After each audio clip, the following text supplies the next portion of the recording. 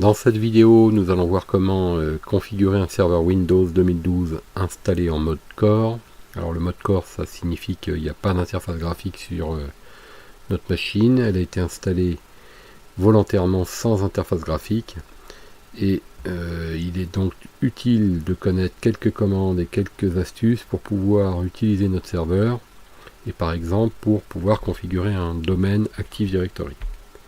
Alors, on voit quand on se connecte en mode core sur un serveur que on a une simple fenêtre de commande. Alors dans cette fenêtre de commande, en fait, on va pouvoir taper des commandes habituelles, comme par exemple ipconfig, et les commandes classiques qu'on a l'habitude de taper en mode commande. Alors ipconfig par exemple nous montre qu'on a une carte réseau qui s'appelle Ethernet, qui possède une adresse 169.254.150.203. Alors ça signifie qu'elle n'a pas eu d'adresse IP par DHCP, donc elle est passée en mode APIPA. Alors ça c'est déjà une information qui montre qu'on va devoir passer cette carte réseau Ethernet en mode statique avec une IP que l'on va choisir. Alors on peut se promener sur le disque dur par exemple de la machine, on peut faire toutes les commandes habituelles. Donc la première chose qu'on va faire éventuellement, ça serait de pouvoir changer le mot de passe de l'administrateur. Alors voilà une commande intéressante qui permet de le faire. Net user administrateur étoile, et si je fais ça il va me demander un nouveau mot de passe et une confirmation pour pouvoir changer le mot de passe de l'administrateur. Alors bon, je ne peux pas le faire ici. Ce qui m'intéresse, c'est surtout voir déjà les adresses IP. Alors évidemment, ipconfig suffit à voir l'adresse IP. Mais on va se rendre compte que en utilisant l'éditeur NetShell, alors NetShell, ça s'écrit comme ça, on peut voir, par exemple, si on cherche à voir les adresses IP de notre interface, avec cette commande on va pouvoir voir donc nos interfaces IPv4 et voir donc leur nom. Alors vous voyez qu'en fait les noms sont indiqués ici, sont aussi correspondent à des index. Ici par exemple la carte qui s'appelle Ethernet possède l'index 12. Donc si je veux voir le nom, enfin plutôt l'adresse, je vais remplacer ça par adresse. Alors attention, adresse c'est en anglais, hein, donc il faut mettre le mot adresse. Alors voir toutes les adresses. Voilà ce que ça donne. Donc on peut voir la carte qui s'appelle Ethernet. Elle est en mode DHCP, et du coup comme elle n'a pas pu obtenir une adresse IP, elle est en APIPA. Donc cette commande là permet de voir les adresses. Maintenant on peut mettre en place une adresse. Alors au lieu de faire un show, on va faire un set adresse. Donc netshell interface IPv4 set adresse.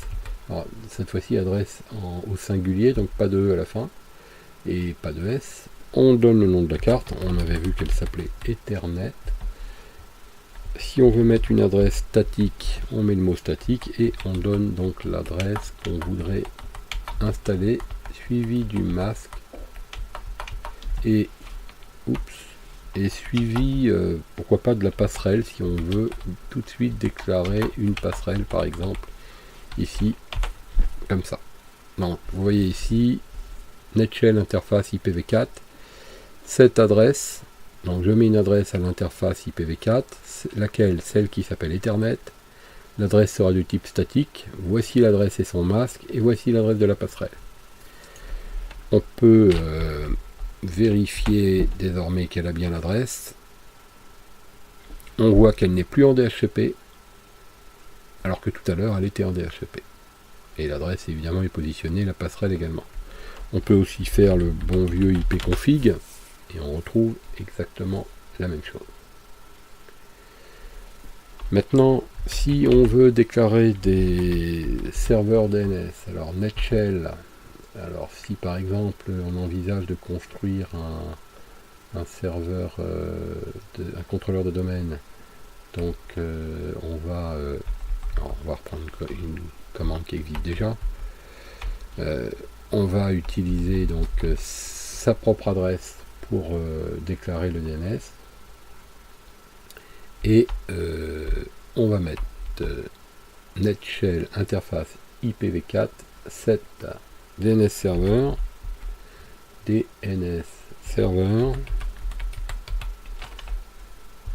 le nom de la carte,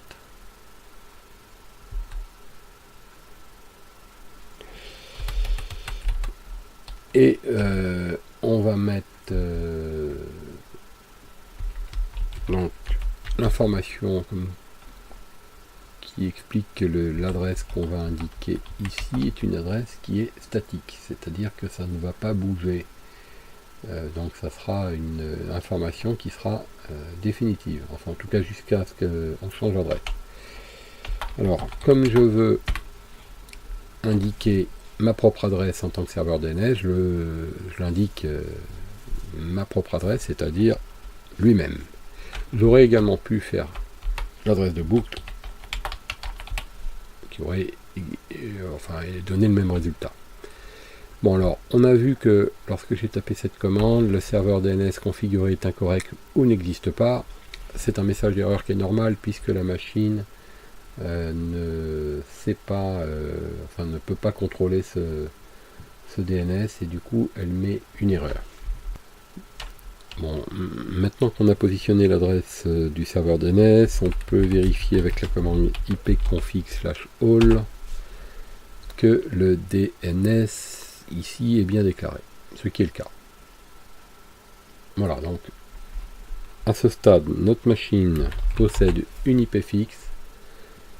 Elle est opérationnelle au niveau de son adresse IP qui est statique. Elle peut redémarrer et conserver son adresse. Alors on va essayer tout de suite un redémarrage. Peut-être que avant de le faire, on pourrait éventuellement changer son nom de machine. Ça pourrait être assez utile pour le simplifier par exemple. Donc la syntaxe c'est celle-ci, on change l'ancien nom, name, et on met un nouveau nom, new name, et alors le nouveau nom, on met 2 points et son nom, alors par exemple SERV-1,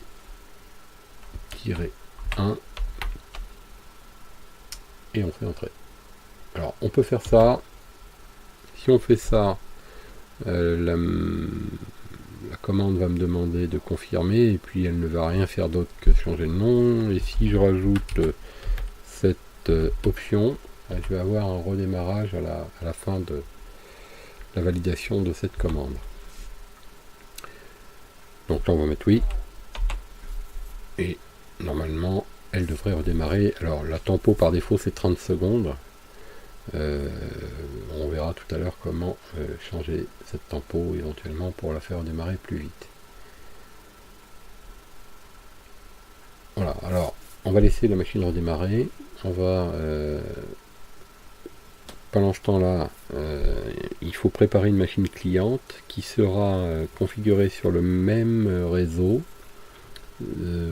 s'assurer qu'elle puisse atteindre par un ping la machine serveur, et qu'on puisse commencer à envisager que cette machine client devienne un futur client du domaine. Alors, cette machine donc a redémarré, je me log sur mon serveur, on va vérifier que donc le nom de la machine a bien changé. La commande qui permet de voir le nom c'est hostname, il s'appelle bien SERV-1. On va vérifier son adresse IP, son masque, sa passerelle, son DNS. Donc l'adresse IP, le masque, la passerelle, le DNS, tout est correct, rien n'a bougé. Alors on va vérifier avec cette commande qui permet de voir l'état des connexions réseau, et ça va aussi nous permettre de voir les ports qui sont ouverts. avec le paramètre AN. A c'est pour voir tout, A veut dire all, N c'est pour voir au format numérique et pas au format texte les informations. Et moi ce qui m'intéresse c'est de voir principalement les informations du protocole TCP, donc tirer protocole TCP. Je cherche à déterminer si le port numéro 3389 est en écoute, donc je vois aucun socket qui utilise ce port là, donc ça veut dire que ce port n'est pas en écoute. Alors pour pouvoir activer ce service, le bureau à distance en l'occurrence, puisque le port 3389 c'est le port du bureau à distance, et ben on va taper une commande. Ici si on met 0 on active, si on met 1 on désactive. Donc comme le service n'est pas activé, on va mettre 0. C'est un script qui va en fait modifier dans la base de registre l'accès au service et donc démarrer le service du bureau à distance. Voilà, donc c'est tout simplement cette commande-là qui va activer le bureau à distance. On peut le vérifier maintenant en refaisant cette commande et on devrait voir une modification au niveau de cette liste. Voilà, alors on peut voir ici très clairement que le port 3389 est ouvert. Donc on peut enlever le N si vous voulez voir au format interprété, mais vous voyez on voit pas de différence, parce qu'il n'y a pas de fichier pour interpréter le numéro de port en mode core, donc ça change pas grand chose. La seule différence c'est que ça me fait interpréter le nom de la machine ici. Alors voilà, le bureau à distance est installé et l'idée c'est de pouvoir vérifier si je peux me connecter à distance avec un post Windows client sur mon serveur, donc ici. Alors j'ai préparé une machine cliente qui est en train de démarrer, et dès qu'elle aura démarré je vais essayer de me connecter sur ce serveur en mode bureau à distance. Mais ce qu'on peut déjà dire c'est que il faut vérifier l'état du pare-feu de cette machine, parce qu'il est très probable qu'il soit activé comme c'est souvent le cas par défaut. Alors la commande pour le pare-feu, pour voir les profils de pare-feu, on va retrouver normalement le profil public, le profil privé, le profil du domaine. Voilà la commande, montrer tous les profils du pare-feu avancé. Donc vous voyez ici Net Shell, Advanced Firewall, ici montrer tous les profils. On fait entrer, on devrait voir défiler l'ensemble des profils du pare-feu. C'est pas forcément très rapide. Alors qu'est-ce qu'on peut voir? Si on compare, on a nos trois profils, profil du domaine, profil privé, profil public, qui sont tous les trois réglés de la même manière. Ça veut dire que le pare-feu est actif et que la stratégie par défaut c'est de bloquer toutes les entrées et de permettre toutes les sorties. Donc si les entrées sont bloquées, je ne pourrai donc pas me connecter depuis le bureau à distance. Donc il faudra désactiver le pare-feu ou bien faire une règle. Alors on va quand même faire le test en utilisant le poste client. Alors mon poste client est en train de faire une mise à jour, donc pour l'instant je vais le laisser tranquille, mais on va regarder tout de suite. Donc déjà je vais utiliser depuis mon poste client le mode commande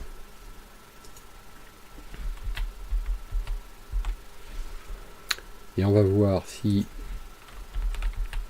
alors voilà, on va voir donc avec ce mode commande déjà mon adresse IP, j'ai dû mettre une IP fixe tout à l'heure ici 172.30.01. donc en faisant un ping de mon serveur pour vérifier que ça communique. Alors on voit que le délai d'attente est dépassé, mais on pourrait penser que le ping ne communique pas, que les deux machines ne sont pas reliées sur le même réseau. Avant de conclure sur cette idée, je vais m'empresser de faire la commande ARP-A qui va me permettre de voir si dans la liste des adresses que je récupère ici, il y a l'adresse de mon serveur. Si c'est le cas, comme c'est celle-là que je viens de pinguer, je vérifie qu'il y a une adresse MAC cohérente en face, ce qui est le cas. Et je parierais que cette adresse MAC, qui se termine par 8A31D5, est l'adresse de mon serveur. On va retourner sur le serveur, on va faire un ipconfig /all 8A31D5, c'est bien le serveur qui est ici que nous pouvons retrouver. Donc, alors si on n'arrive pas à pinguer, c'est peut-être que le pare-feu est donc... non, c'est pas peut-être, hein, c'est sûr, puisque on a vu tout à l'heure que le pare-feu était actif et qui bloque toutes les entrées. Donc, on va désactiver le pare-feu. Alors, la commande, elle consiste à mettre sur off sur tous les profils. Là, je vais le faire sur tous les profils, c'est-à-dire le profil public, le profil privé et le profil du domaine. Je vais désactiver le pare-feu. Voilà, là on vient de le faire. Donc vous voyez ici, il y a un petit retour à OK. Et on va vérifier l'état du pare-feu et on voit qu'il est inactif désormais. Donc s'il est inactif, les règles ne s'appliquent pas. Donc peu importe les règles, elles ne s'appliquent plus.